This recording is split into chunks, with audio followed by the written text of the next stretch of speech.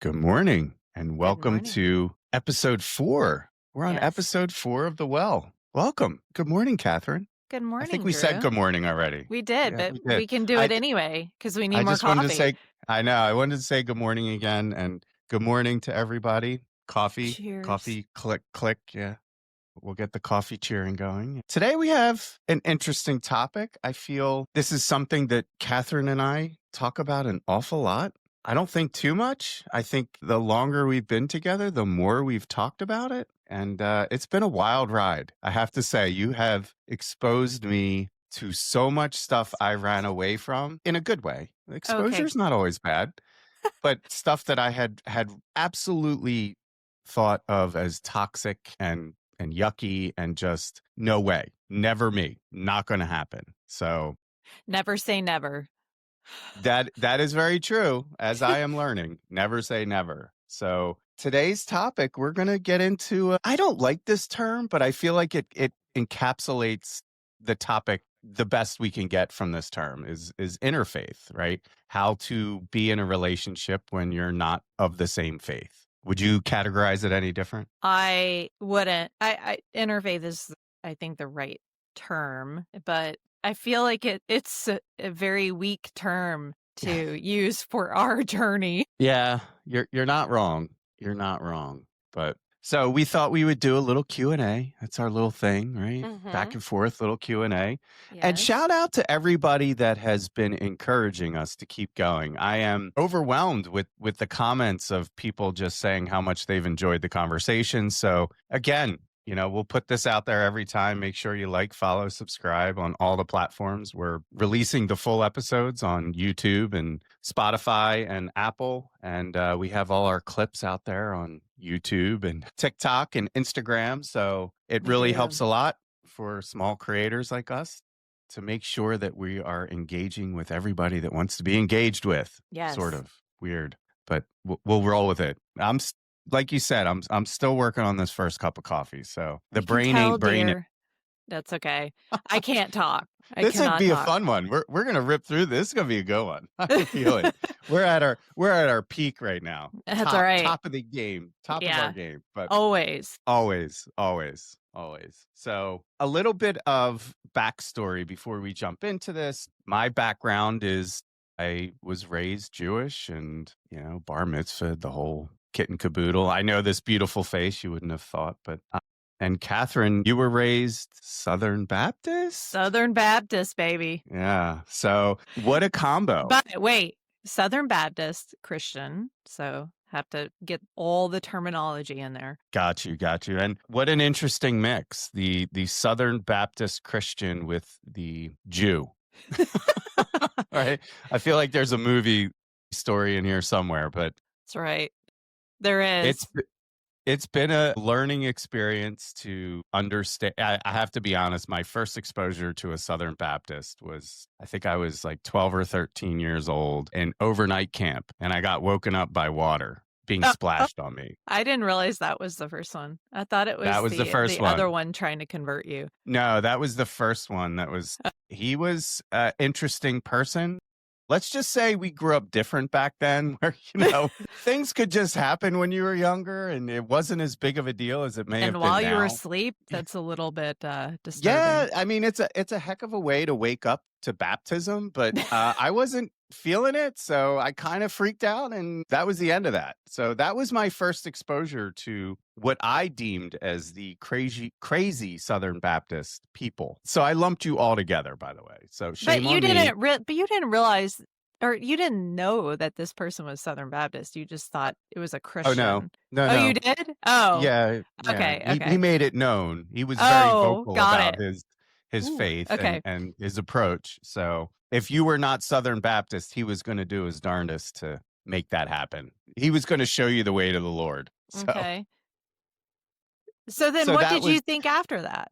That was that always... I thought you were all crazy because, in honesty, like in my limited exposure and my ignorance, right, for not seeking knowledge, but in my youth, Footloose. I mean, that was the exposure to the masses when it came to Southern Baptist. Do you remember the movie Footloose?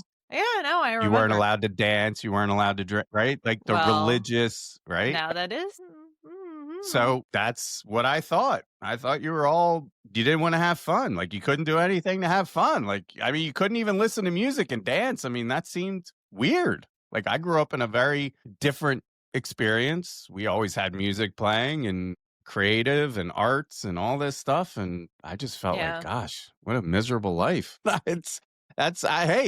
didn't claim to be, it's an ignorant point of No, view and I get it. hey, I mean, a lot of people do think that, and they're not wrong because coming from the outside or looking outside in, it does appear a certain way. And I will say that there are many types of Christians in the world. So you can't lump everybody together because I mean, that's just people, right? Like they're varying degrees of people within different groups. So you experience the very extreme, and that set the tone for your life. It Unfortunately. it definitely felt that way. So yeah, it was bizarre. Yeah. Let's just put it that way. It was bizarre. Okay. So should I give some context about how I was raised? Sorry, I was having a technical issue.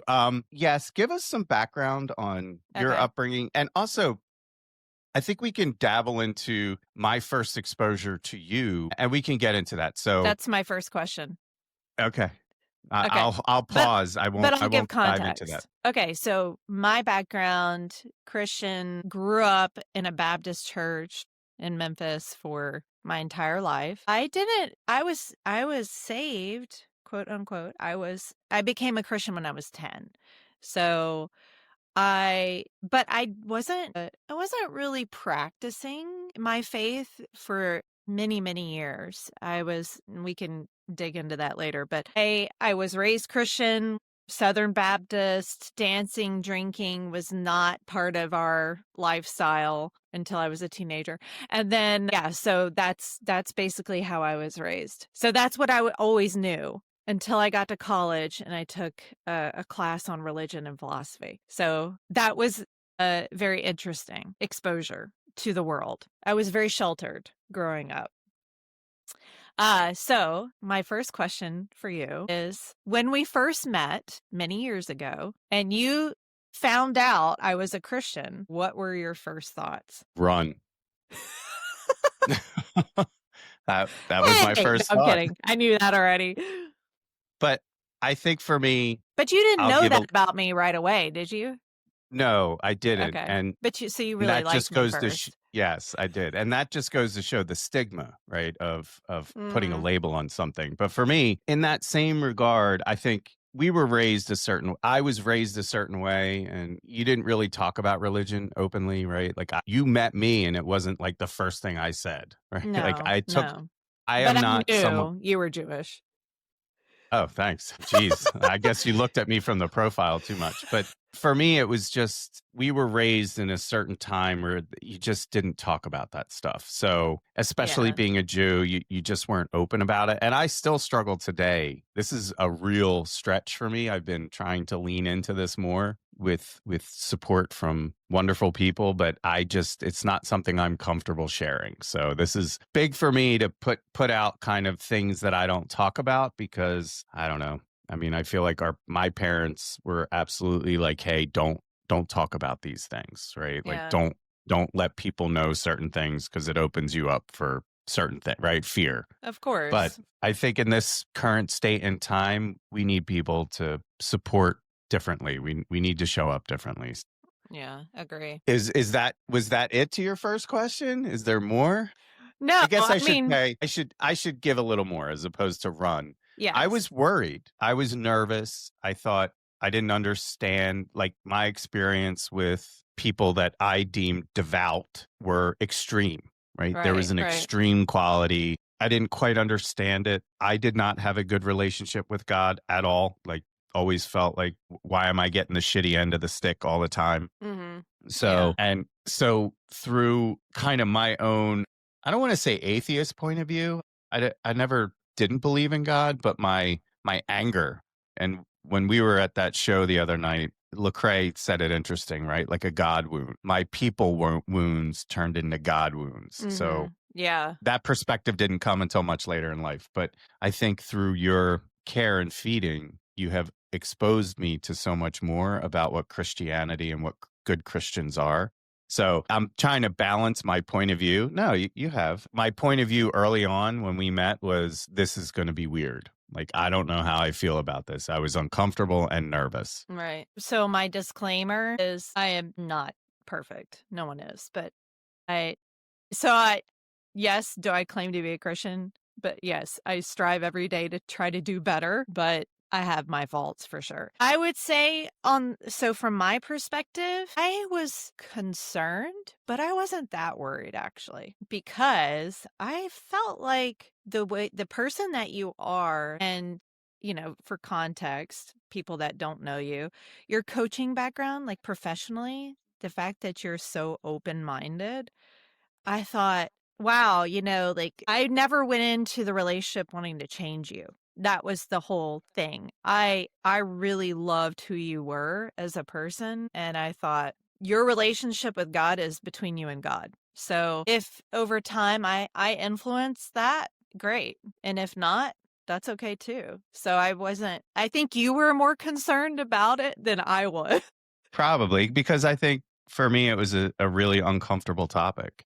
Yeah. I had a lot of struggle with religion, period. Yes. Yeah. And I will say, like, the Bible does say, don't be unequally yoked. It's a warning because when you're not with someone that can share your faith, sometimes you feel very alone in the relationship, So that's always a concern. If you're dating somebody or you're married to somebody that doesn't share a similar faith so that you have that connection, that's always very concerning. And I felt like you have been a slow drip with your faith with me. And as the years go by, right, like I get exposed to more and more of your history and kind of your evolution into where you are today. So I'm getting more exposure to that, and I'm always surprised. There's things you do that always surprise me. So that kind of leads me into my question, right? Okay. What have you learned about my beliefs that have surprised you the most? That's a good question. I've always been very familiar with Jewish traditions. I had a Jewish friend, really good friend growing up who was Jewish, Kim Did they have Waxman. horns? Did they have horns? No, no. And Okay, good. actually, I didn't even remember that being like a thing that people said. But, I definitely had some family connections to the Holocaust. So, I understood the traditions. I understood the holidays. There wasn't really a lot that surprised me, actually. I felt very familiar. And, the Bible talks a lot about Jews. And, so I knew the origins of the traditions that you celebrate or that Jewish people do celebrate. So it wasn't foreign to me. And actually, I really enjoyed it. I mean, playing the dreidel as a kid with some of my friends, and some of the other traditions. I mean, there's meaning in those. So it wasn't, like I said, it's not foreign to me. You mean you love to have a plate full of gefilte fish and Who harroz doesn't it love a and game? Uh-huh. The dreidel I game. said gefilte fish. Sorry. I was I still said you thinking didn't. about Yes, I see. candy You were and really, yeah, you were all into the dreidel.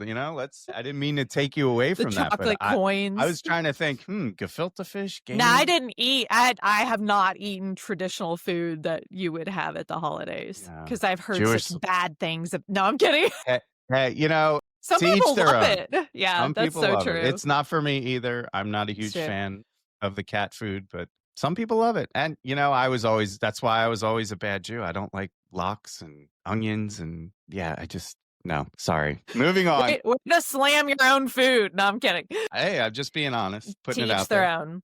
That's right. That's right. So, next question, and I think we talked about this. Well, actually, I'll turn the question around. What have you learned about my beliefs that surprised you the most? So I'm still learning about your beliefs, but a few things that jumped out at me is truly how you lead with heart and your passion of building and hearts and minds. So I really didn't understand a lot of how you approach things I never thought to care to understand. And through my deepening knowledge of your faith, I started to see connections in ways that I didn't understand before. And it was really interesting for me to be exposed to kind of the nucleus of who you are in a way, to how you treated people. I always thought you were goody goody, right? Like you were always so nice. I mean, literally, you didn't have a bad word to say about anybody. Here I am, this feral animal walking into the relationship, right? Completely out of sorts. I swore up and down. I said things that probably you didn't like to hear. Just my vernacular was much different. And I never understood what the big deal was. Yeah. And I know this is like a small thing, but I was shocked coming into this house, right? Walking into a house, and we touched on this on the prior podcast that we Right. did. Walking into a house new, I grew up, you cursed. The F-bomb was like normal language, right? Like everyone, like, I thought my name started with the F word. So So terrible. well, Poor I mean, thing. just different times. So Yeah. I was desensitized to certain language at a Right. young age. And I feel like when I walked into this house, I was like, wow, that I can't talk like this. And it took a while for me to have self-awareness. It's like, okay, stop. Don't say that. Like that. You don't say that. So, especially with the kids, because it's just normal for me. So it was hard, but I had enough. I don't want to say I had enough. It was important enough to you where I was like, I need to respect this and be better. So to me, I didn't understand that at first. I just thought, what's the big deal? But now I have a different point of view on that. So your approach to things felt very foreign to me just due to how I was raised, and the environments I had grew up in were aggressive, right? They were extremely aggressive. They were interesting. I'll leave it at that. All parents, they do the best they can. So, including True. ourselves. So, Yeah.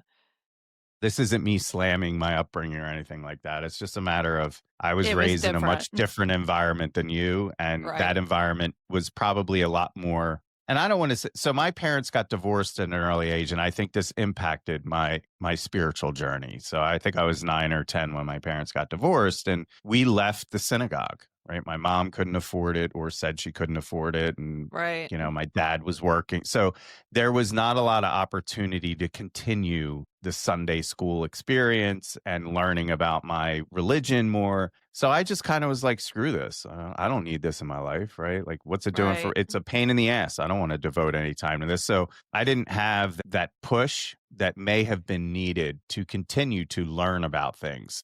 Right, wrong, or indifferent, that was kind of my exposure to. And so I'm kind of looping back into your question as far as that was what I thought. Walking in and learning about you, I was like, wow, this is going to be weird. This is going to be uncomfortable. This is going to be difficult. But it wasn't, Right. because of who you are and how you approach things. Gosh, you just grab people by the hand. It's like when you walk into a room full of strangers. I've never seen anybody do this. And this is probably sums you up in a short way, how you approach things. You walk into a room full of strangers and you make every single person in that room feel seen, heard, and welcomed.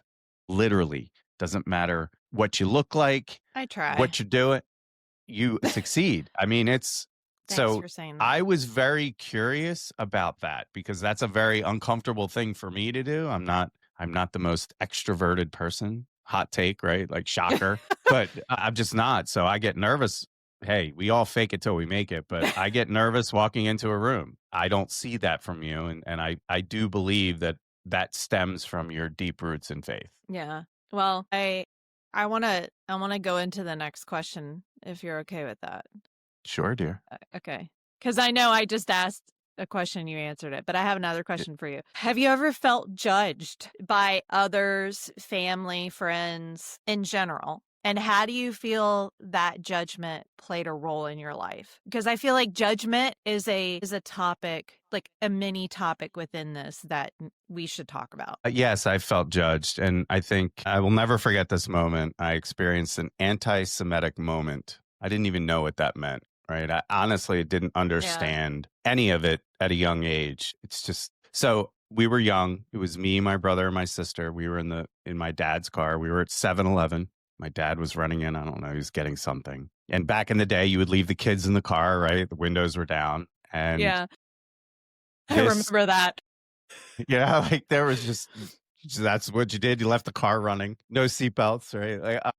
But I don't know how this transpired. I remember the incident. I don't remember what led up to it, but Right. as my dad was walking out, this man started screaming in the car and at my dad saying, "You stupid kike," right? You Wow. dumb Jews. And my dad, I've never seen my dad get so mad, except at me. But this was a different level of anger, Yeah. like fight or flight. And my dad like grabbed, he used to keep this massive cable. It was like a wiring cable in the car Wow. as a, a weapon. So Yeah. he ran in to he grabbed it Self-defense. out of the car and he was like, "Don't move, don't leave the car," stuff like. So that was my first exposure to, wow, there's something different about us that we're not supposed to talk about. So Wow. it wasn't addressed. And I think, again, no shade to my parents, but like we didn't talk about that. Even after the incident, it really wasn't talked about. Right. So I feel like I, f- that has happened a lot in that generation. There wasn't a lot that you did talk about. You didn't talk about religion, didn't talk about politics, didn't talk about money, I and think we need to go now back to those times. true, yes and no. But I I'm do kidding. like that even now we can talk about these things. I think it's good that we talk about it. It's not taboo, you know? I Well, do. And in I certain ways. I think there needs to be more dialogue because Yeah. honestly, if I would have never, let's just say I would have never met you, my point of view on Christianity may have stayed the same forever. Yeah. Right. I Yeah. may have never changed my point of view or seeked any additional knowledge to understand anything about anybody's faith. Yeah. So I think that's sad, but I think that was my first exposure to feeling, I hate to use the word shame, but shameful, right? Like I shouldn't talk about this because it's shameful. I Right. don't know why that word comes to mind, but that just feels like the word that just fits the bill for this. Yeah. I would say my like being judged was very different for me. So I I actually didn't really feel judged for being a Christian by the outside world. I felt more judged from inside, actually. So, which is really interesting. And now over the years, as I reflect on my Christian journey, it's really interesting. Hindsight's 2020, right? So, I grew up Southern Baptist, as I said. I went out and evangelized. I would go down to I don't know if you actually knew this. I would go I don't. down I'm okay. learning. Wow. Let me, I feel like I need a snack. It's settle in. So we would have prayer this is when I was, like, in my early 20s, and we would go down to Beale Street, and we would "witness," quote, unquote, to people, and share the gospel, and, I felt very passionate about it at the time, and I'm not saying evangelism is bad at all, but it kind of turned into things more extreme, and I didn't like that. My parents, we were all Christian in our family, but I always felt and I worked at a church for years too. So I got a behind the curtain look at how churches operate. And keep in mind, the church is full of broken people and no one is perfect in the church, even the pastor.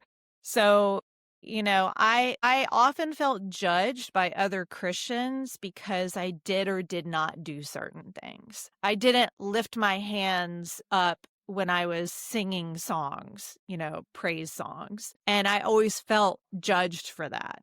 And when I looked at the Bible, I was like, well, it doesn't really tell you that you got to raise your hands up, or you have to do certain things. Why? And then I started thinking, gosh, like, why do we overcomplicate everything? Why are we judging each other? It's about the rules and not the relationship. And so that really when I started thinking more and more about that, through my 20s, and I experienced certain things at the church. And I am not by any means saying churches are bad, but I think as Christians, we have to be so careful about passing judgment on people, and think back to the quote from the Bible is like, I'm looking at the speck in your eye, but I've got a log in mine. The judgment, I got my mom was judgmental, and I love my parents, but, being raised in that kind of environment where I felt like I couldn't really talk about certain things because I was afraid of judgment, or,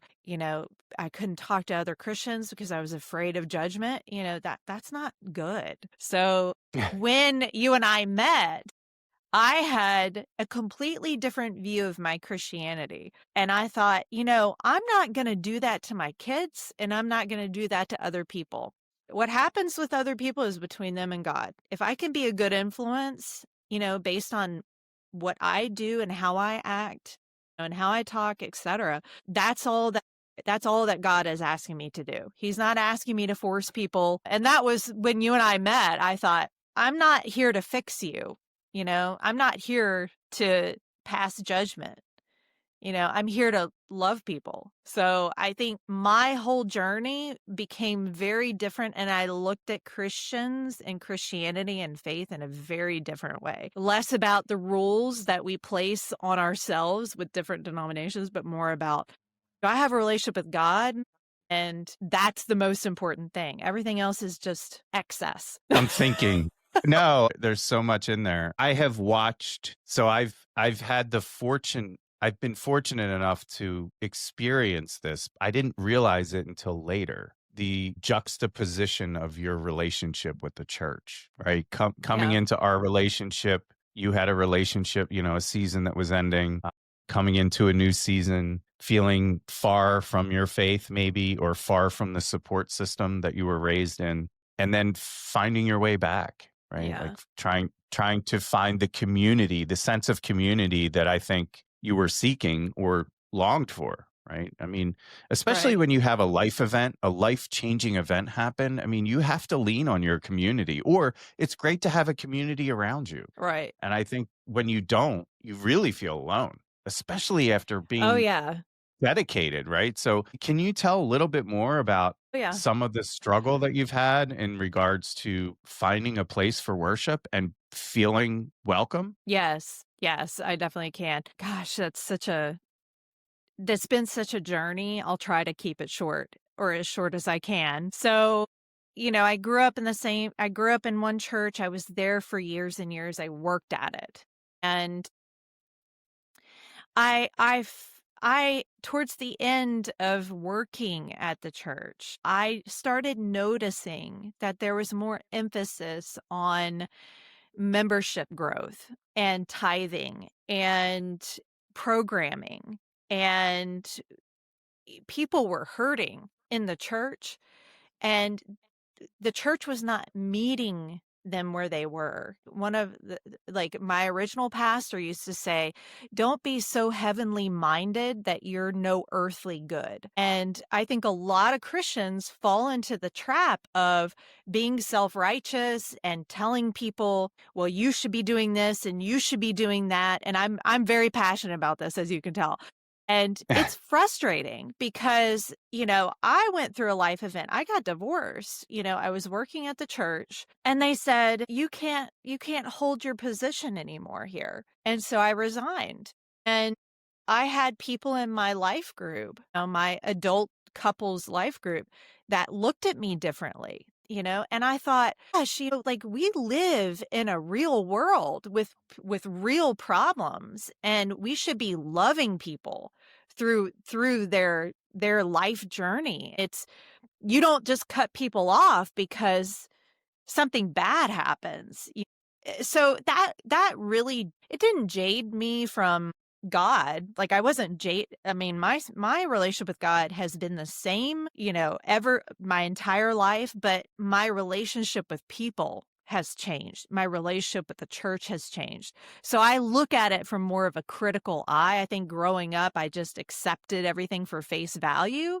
Oh, well, this is what my parents believe. This is what my church believes. This is what people tell me. And I really started to question what I believed. And I think that was the pivot point for me in my Christian journey.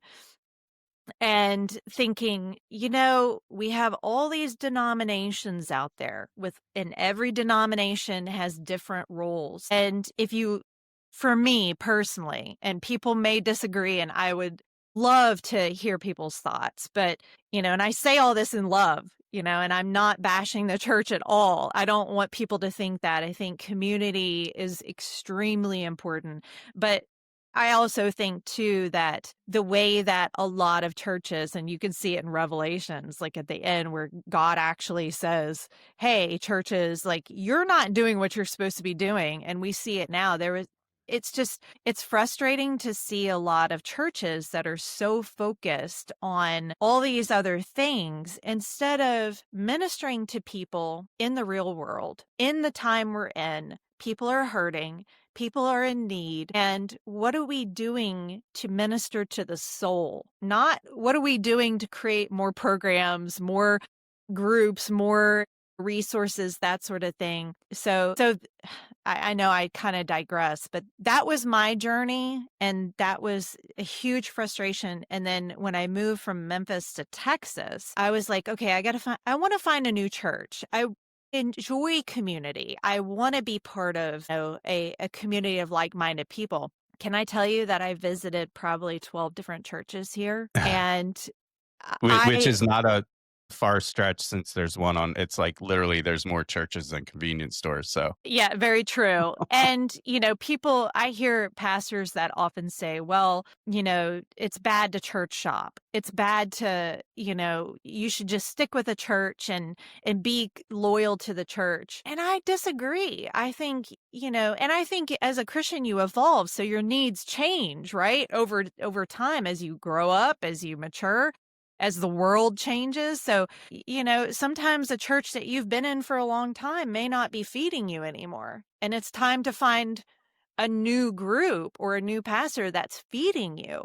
I mean, you have to have your soul fed. So if you're not getting that, and that was my issue, is I was not finding pastors or people in the church that were feeding my soul.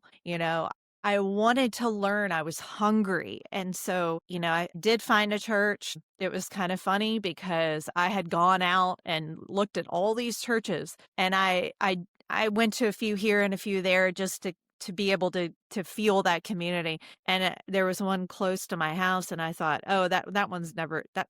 I'm tired of church shopping. I don't want to do it anymore, And I found a church, and I went the first day, and I was like, this is it. Like, I feel it, But churches are fallible. Pastors are fallible. And it says in the Bible, don't put your faith in humans because they will always disappoint you. But don't let that affect your relationship with God. So I think that was what I pulled out of it, is you can't let people affect your relationship with God. So I want to ask you a follow-up question to that. So were you in conflict with your experience? Let's use your life-changing event, because, like in the New Testament, it has some pretty strong language about divorce, right? Yes, the book of it Mark does. says anyone who divorces his wife and marries another woman commits adultery against her and divorce. So, but there's also conflicting messaging in the New Testament as far as, Moses permitted you to divorce. So were you in conflict with your faith because you may have been breaking your relationship with God due to your marriage? Yeah, I will say that, gosh, talk about being honest here, Nope, no other way to be. We're opening I the love kimono. the question. I feel, and Kimono is fully open. Kimono is open. It's a little scary. I feel like a lot of people may not talk about this, so I want to talk about it. So when I first got in, when my kids hear this, I've already talked to them about this. So it's really important that you make sure that you feel 100% sure about getting married to somebody. And you and I both have had this conversation. But for me specifically, when I got married, I knew it wasn't the right thing. And I ignored it. And I got married anyway. And did I ever think I would be divorced? No, I did not. I was devastated that I was, and it wasn't an embarrassment that I got divorced. It was, wow, I really messed up my life and my kids' lives and my ex-husband's life. And, you know, why did I do that? And I reaped what I sowed. That's a terrible way to look at it. But, I thought, gosh, I don't want to get divorced because I'm working at the church. I'm so ingrained in my church relationships with people that, this is such a bad look, but I couldn't stay married, unfortunately. And I got divorced and I lost friends because of it. And I lost my job because of it. And, looking back now, I think that, again, my whole point is we live in a real world where bad things happen. And God is a very gracious and loving God, and he forgives. And if he can do it, then why can't we do it? And so, I reconciled with that later on in life, but in the moment, it was very devastating. They talk about how, like, what are the life events that are the most taxing, and it's Yeah. moving, right? Like, Yeah, it's we just moving, talked about this. divorce, and what is the other thing? I think there's a I third forget one. what the third thing was, but yeah, moving and divorce are definitely owning a storage unit. Maybe that's the third thing. Yeah, yeah. Oh, and that's traumatic. But yeah, I don't think a lot of people go into relationships thinking, oh, it's gonna end badly. I think what I was searching for when I got married was I wanted a family, and unfortunately, I just went about it the wrong way. And So I think a lot of people can relate. did that make you angry at God when you went through your divorce? Oh, Did you get further from your faith no, through that I experience? Or blamed did it bring you myself. closer? Okay. It brought me closer in that I recognized my folly in it, my hand in it, and I thought I'm getting what I deserve. And I know that sounds awful, but I didn't just wake up one day and say, "Oh, I want a divorce." Like it was I was married for 10 years, and it was a very long slow drip, of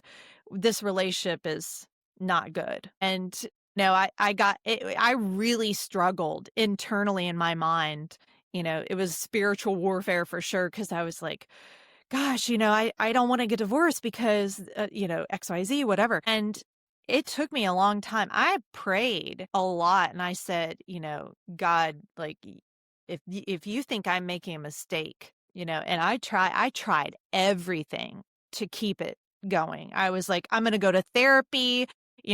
Sometimes going to therapy in the church is not a good thing because, well, there was an old school of thought where it was more the woman's fault than it was the man. So the woman she needed to change. And so that really frustrated me because I felt like my needs, no one was hearing me. And I felt like, anyway, but it made me frustrated with the church and people in the church. I was not mad at God. It's rare in my life that I've ever been mad at God. But when I was mad at God in my life, I told him, but it did not change my relationship. It actually strengthened it because I was like, gosh, I see now. I see why you set these guidelines in the Bible, why you say don't do certain things, and because you're trying to keep us from getting hurt.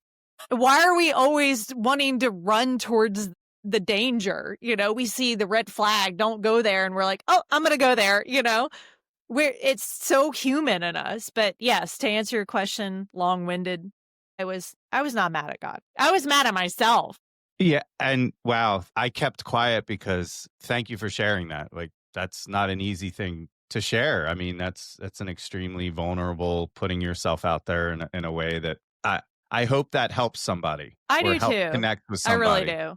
I hope my experience has helped someone realize that. I mean, I want you to feel validated. Yeah, and if you're watching this, engage with us and share your experiences because I think as a community of people, right, the human race, without that support and just sharing experiences and being connected in a way, even if you're not of the same faith, There was a quote that we were watching something. I forget the individual's name. You will know it as soon as I say the quote. You can share the Okay. name. This quote, I still it chills me to the bone when I hear this, because I was like, gosh, it's really just this simple. Believe in God or don't believe in God. It's a leap of faith either way, Oh, is right? that Lee So Strobel? Was that correct. from Case for Yes. Christ? Okay. Yeah. So again, like, wow, what a profound statement. Yeah. Because honestly, I've thought about this, and I've had a real challenging relationship with God, right? Like when my brother died, I was just like, why, right? Like, why would you Yeah. put our family through this? And it took me a long time to heal that wound, as far as saying, well, like you always tell me, God gave us free will. So there's Right. right. Yeah. We're asked to live a certain life, but we're also have free will to do as we please. And the Yes. second part of that statement, as we please. So if we're not pleasing God, we're pleasing ourselves, and that could be sinful, or Right. majority of the time could be seen as sinful. So that quote really has just resonated with me in so many ways, because faith is just that, right? Like taking a leap of faith. Either way, you're taking that leap of faith. So I appreciate your point of view on certain things, actually on most things. So I appreciate you sharing that. And my point was, I hope other people feel compelled to kind of share some of their challenges through their spiritual journey. Right. And so it's a tough thing to talk about. I really, like, no one walks in the room and is like, opens their shirt and be like, yeah, I'm on the cross today. Let's talk about it. Or, Yeah. I got the big Star of David out. Let's talk about it. So it's an uncomfortable topic that I don't think needs to be uncomfortable. But as we have learned through history, right? The Bible is the most powerful book ever written, in my opinion.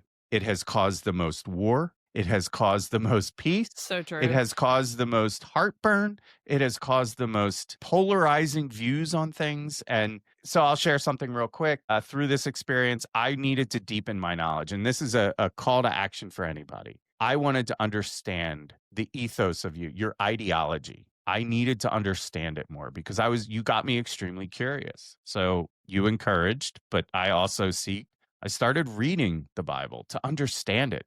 And I'm going to share something that I'm sure I'm going to get a ton of hate for, but I didn't even know Jesus was a rabbi. That's how ignorant I was, right? I Yeah. was like, oh my gosh, they call him rabbi? Like, I didn't. So I feel robbed to some degree that I didn't explore this sooner in life, because I feel like it would have grounded me different. But I feel encouraged that I've been able to understand things later in life. And I hope it's this next season for me is going to be a much different experience, not only for me, but the people around me. And so I encourage everybody to deepen their knowledge in religion, to form an opinion, but know that if we just say the Bible, right? The Bible's 66 books. It's integral design. It constantly fits the narrative of any point in time.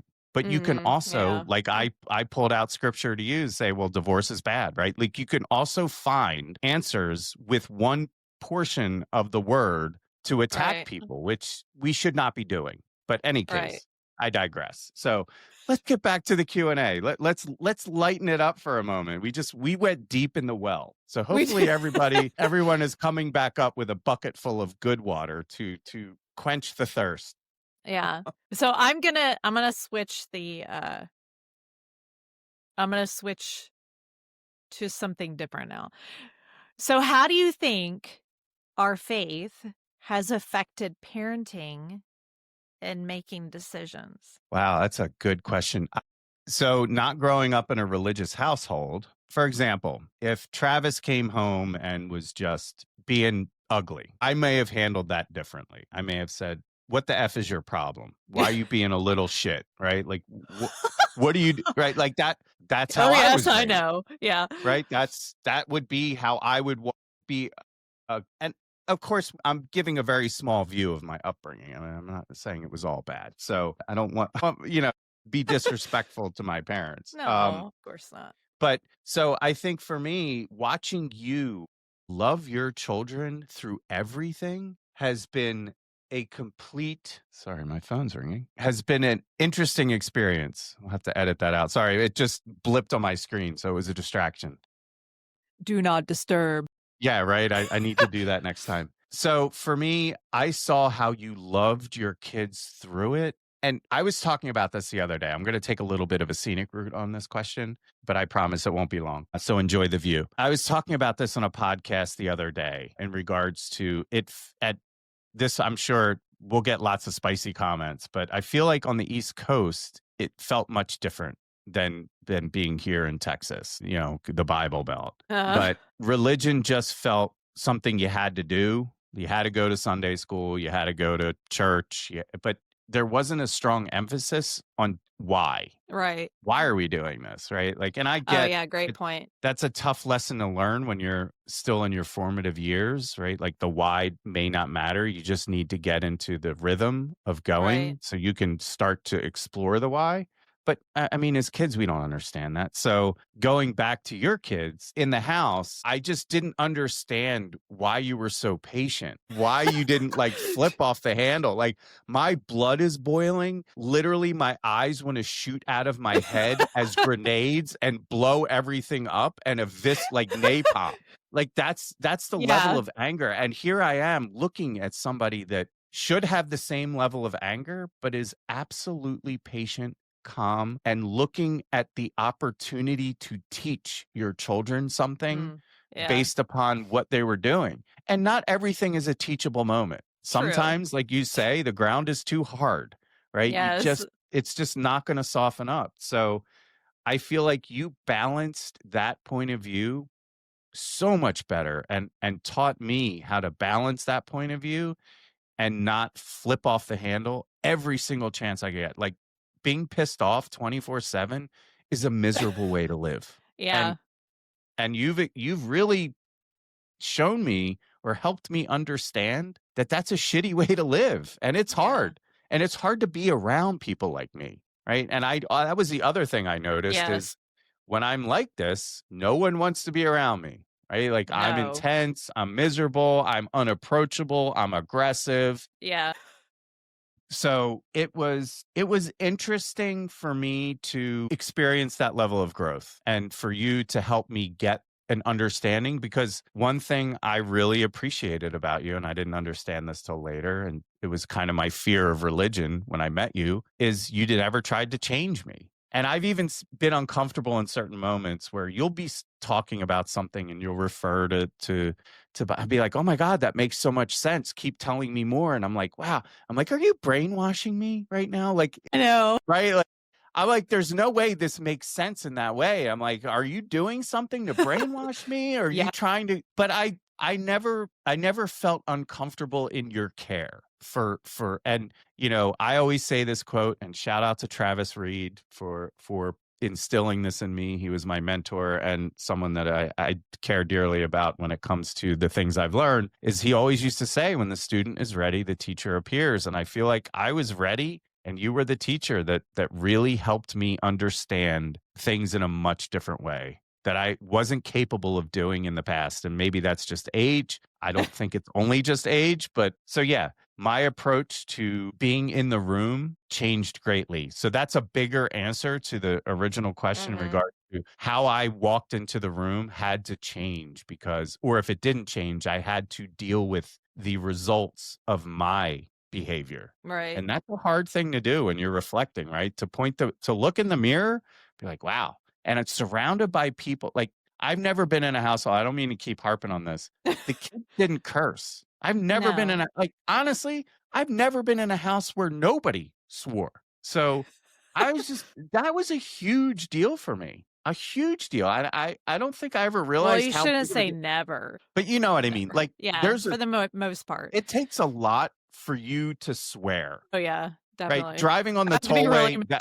Really driving on the tollway. That's the linchpin, right? Like I don't like myself when I drive. Yeah, we all turn into somebody different on the Dallas tollway, because if anyone's ever driven in Dallas, you know exactly what we're talking about. Oh yeah, preach.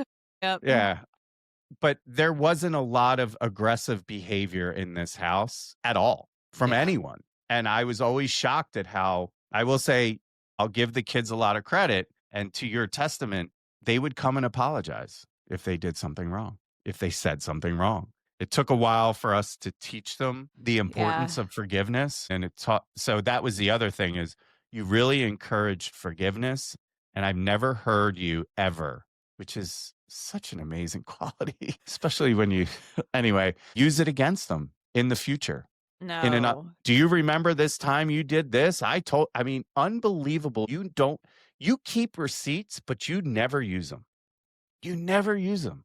You really don't. And that's Awful a when you do. loving environment to be around. So you have upskilled me in a way that I wanted to be better. I didn't feel forced. I wanted to be better because I'm like, this is better for us. I'm not Yeah. saying this is, but for us in this house, that was the best possible experience I could have been exposed to. Cause literally, I really do. I know I joke about it, but I really do feel like a feral animal, like just completely Oh, you were. untamed.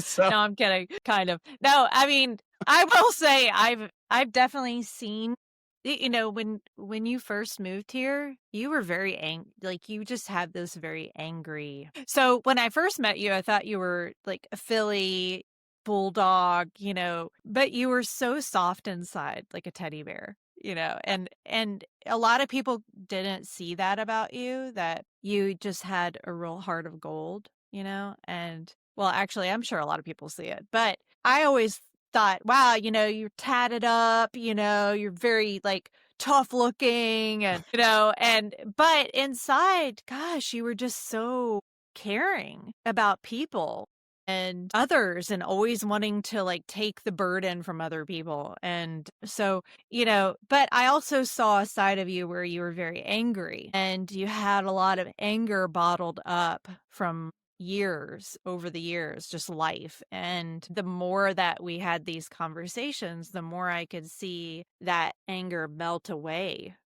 And you just became so much calmer. And it was really an awesome transformation. But I also think, too, like, I remember growing up and, my mom, and I know I keep mentioning my mom, but every time I would say, shout out to the Linda, shout out to Linda and Martin. yeah. But she would always just kind of not fly off the handle, but, well, why do you want to do that? Or why, this or that. She did it from love. She was always trying to protect my sister and I. And I do recognize that, but it was always frustrating because I felt like I couldn't talk about things. So I wanted that for the kids. I wanted them to feel like we could talk and have conversation, but without us flying off the handle. And I feel like it worked, because they tell us a lot of stuff. And, patience in teaching, being able to say, okay, well, you made a mistake. What have you learned from this?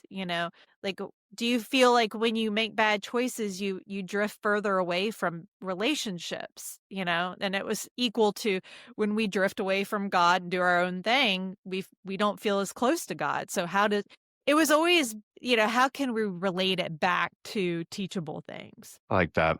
I like that. See, you're teaching already. Always the teacher. Always the No. teacher. So as we come to a close, because we try and keep these discussions to about an hour. We try. Um, and we're going to continue to do more. I know we're a little late on this one, but hey, stuff Life happens. happens. That's right. So I have two questions that I want us to kind of go. I have two questions. I'll leave it at that. I don't know if you have any more questions, but one question I have would be, what advice would you give for other interfaith couples? And if you have any, and I want you to finish this sentence. So we'll start with the finishing the sentence and then we can go out on the advice. Faith isn't about being the same. It's about Oh, you want me to finish it? Or people? I wasn't so yes, I would like everyone to finish that statement, but for our listeners that are not watching the video, I will say that I would like for you to finish that question. So faith isn't about being the same. It's about Gosh, that's a loaded question. I would say that to me, there's a core belief, a core value in faith. And for me, it's, do I have a relationship with God? And I think we get sidetracked by all the extras and we get focused on so many other things. So I would challenge people to think about what does faith really mean to you? personally? And how does that connect you with others? So that's how I would leave that. I know I didn't really answer the question, No. but I feel like that's a question that only other people can answer in their own lives. And I think that's how before you judge people for their faith or their understanding, what's your ideology? Have you looked at yourself and done a lot of reflection and gone deeper into your knowledge, understanding, and desires to understand why you're tied to faith, what you're faithful for, and why you're faithful for those things? So it's a hard question. I don't know I don't know if anyone can truly answer it. It's a hard question because it's so deeply personal, I think, too, Right. right? People's faith is not, and we've debated this and discussed it at great length. Catherine and I, it's funny. I used to love watching TV. I would watch everything on TV. Still I'm do. like, I still enjoy TV. Yes, I like to turn my brain off. But I'll tell you what, I don't watch nearly as much TV as I used to. Why am True. I saying this? Because we'll sit and talk for hours Yes. almost every night, and we get into these deep conversations. And that's kind of part of the genesis of some of this podcast was like, gosh, we should see what happens if we talk about this in an open forum. But I think that has really helped me understand faith differently. And we have challenged each other through our ideology, our understanding, and our upbringing and our education to go deeper into our faith and strengthen it, not only with each other, but our relationship with whomever, right? Whether it be with God, with each other, with our parents. It's become a centering ground. You have said this, I have said this, and I've come to learn this much different. There's only one person that gets to judge us at the end of the day. At the end of Yes. everything, it's God. So have Yep. you done enough on earth to be a good person, to turn the other cheek, to welcome the stranger, right?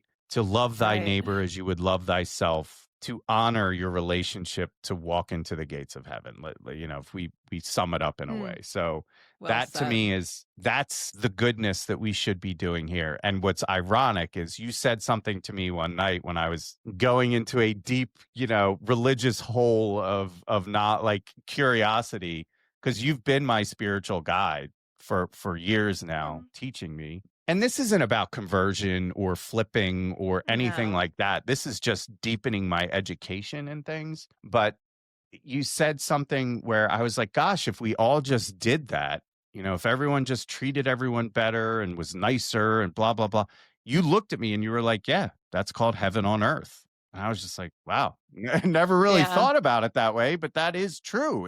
If we could actually do, and let's just say the in the New Testament, the 2 commandments, love God and love thy neighbor as you would love thyself. Like, gosh, would that be heaven on earth? It sure sounds like it. So Yeah. in closing, you have any advice for anyone else that has a different background, upbringing, and relationship with God, coming from different faiths, or I should say religions, coming from different religions that are not the same? What advice would you give to couples that are going through this journey? Or share your experience. Like, I'd love Yeah. to hear what other people have experienced in their lives. I would say be more like Catherine and be extremely curious go. and love people through their journey, right? Know that there's a lot of damaged individuals that have a lot of different views on the Bible, on the Torah, on the Quran. There's all these books that all pray to I shouldn't say all pray to the same God. The majority lead to the same God. It's just the way you get through to God is often interpreted differently. Right. Stay curious, be open-minded, also allow people to explore, and be a good teacher in the sense of encourage people, but also point them in a direction to self-learn. I have to say, you've exposed me to a few things, a couple shows, a couple movies, and it's not to turn me into a Christian. It was more to open up my mind, expand my point of view, and understand a different way to have a relationship with God, which I never had. So thank you. I don't know if that's advice, but that's a little bit of a sermon, maybe we Well, could thanks call for it. being open. I think that's the key. It's being open. So thank you for sharing so much. I hope Thank our you. listeners, got something out of this, and it got we took a lot of turns on this one, but this was a good discussion. It I hope was. to I have more enjoyed it. discussions like this. I feel like this is an important topic to the both of us, and it's Very. something that we feel extremely passionate about and have been our passion has been growing, and that's not to evangelize, right? We're not out there. We had an experience the other day which was very interesting. We went to a concert, We and have to tell that story. so we went to see Lecrae, who is a Christian artist, right? The first Yeah. Christian rapper, I think, literally to get into the hip hop and R&B space, a pioneer. I never knew who he was, never listened to his music, but we support each other in lots of things. I took Catherine to 9 Inch Nails, right? You couldn't probably get further from God, but so we through that, I may have not wanted anyway. We went and we were in line and we were getting preached at by Yes. these individuals, which is ironic. You're preaching to a group of people that are going to a Christian show Yeah. about It was wild. Christianity, And and I they even were asked the super guy. aggressive. Yeah, I asked the so guy. I said, I go ahead. "No, you tell it. No, you tell it, dear." No, you tell it. You tell. So I've never seen Catherine kind of get this way. Like I never realized how much she knew about the Bible. Honestly, I never realized truly how versed you are in the Word, and I've experienced more and more over the past couple years. And you started to literally challenge this individual, not in a negative, mean way, but gosh, he was just spitting all this venom. Talk about a viper, a Pharisee, right? I was waiting for him to put on his Yeah. robe and wizard hat, and just basically shame everybody, but constantly telling people to be on their knees and repent 24. I mean, that's not living. So, and stripping certain verses out of the Bible to use it to support a narrative that I don't believe the Bible was ever supposed to support. But Yeah. you probably have a much stronger response than I did. I was Oh, just standing there as protect. I was the bodyguard at that point. I just knew I was waiting for no. the guy to do something stupid. Everybody was very nice in the line, and there was another woman that challenged one of them, and it was just very off-putting. I just thought, I asked the guy, I said, "Do you know why we're in line?" And he knew, and the lady in front of, or the couple in front of us, they were like, preaching to the choir, like we didn't understand, but they didn't have, their goal was not to love people. It was a very different goal. And when I started to ask him questions about what he was trying to accomplish, there was no logic. And I stopped because I thought, this guy doesn't want to hear anything. He wants to do what he wants to do. He's not here for a dialogue. He's here to push an agenda, and it has nothing to do with God. So at that point, I stopped, and then another lady with her family also was challenging the other one. And, I thought, well, I better stop before I get killed. I mean, you never know these days. People are You crazy. don't. Yeah, it was going back to what I said in the beginning. There are varying degrees of religious people out there. So, be on guard for the false prophets, because there are some out there. So you just can't believe everything everybody says all the time. And that on that same note, I thought it was funny how triggered I got to go right back to what I used to believe. Here is a crazy Yeah, Christian, right. Bible beating and It's spitting off-putting. words at me that is like, what are you doing? Right? Like, Right. this isn't community building, right? No, This is no. community It's shaming. judgment. So, Yeah. yes. And no one likes to feel judged in that way. So on that note, we are not judging. So maybe that's how we close is, Yes, I think that's a great way to close. be careful how you approach this so it doesn't only feel like judgment, and be careful. Yes. Love people through experiences as opposed to judging them to push them out of experiences. So Right. this has been good. I was very nervous to talk about this, but thank you I for was too, helping me actually. find the courage to open up about a topic that, I'll be honest, I've never talked about in my whole life until I met you. No, I love that you were willing to do it. No, and I hope we continue to talk about this. I think Oh, we we all need will. to talk about this, because I would love to live by your version of Christianity and religion as opposed to a lot of people's. And You are extremely devout. This is nothing to do with picking and choosing. I've never Devout. seen any. You are. I've never Oh, seen well, anybody or thanks. met anybody that has been as religious as you are without being outwardly in the way that I'm used to. So I'll leave it at that. I'll leave it at that. And that wraps up episode 4 of The Well. Can't believe it. I know. I can't wait for episode 5. We might have to Me record another too. one this week. So, again, thank you for listening. It's been, I think, a very interesting topic. Hopefully, others think the same. And shout out to our listeners. I want to give a shout out to one in particular. Thank you, Michael, Professor, for always supporting our content. And thank Yes. you to everyone else that's been supporting it. But And the Professor comments. Sneaker, yes, Professor Sneaker in particular has been giving us lots of feedback. So he's been super engaged with our content. So shout out to him. I wanted to give him a little shout out. But so, yes, appreciate everyone tuning in, tapping in, liking, following, subscribing. It does help. So we will see you on the next one. Thanks, Catherine. Thanks, Drew. All right. Bye. Bye.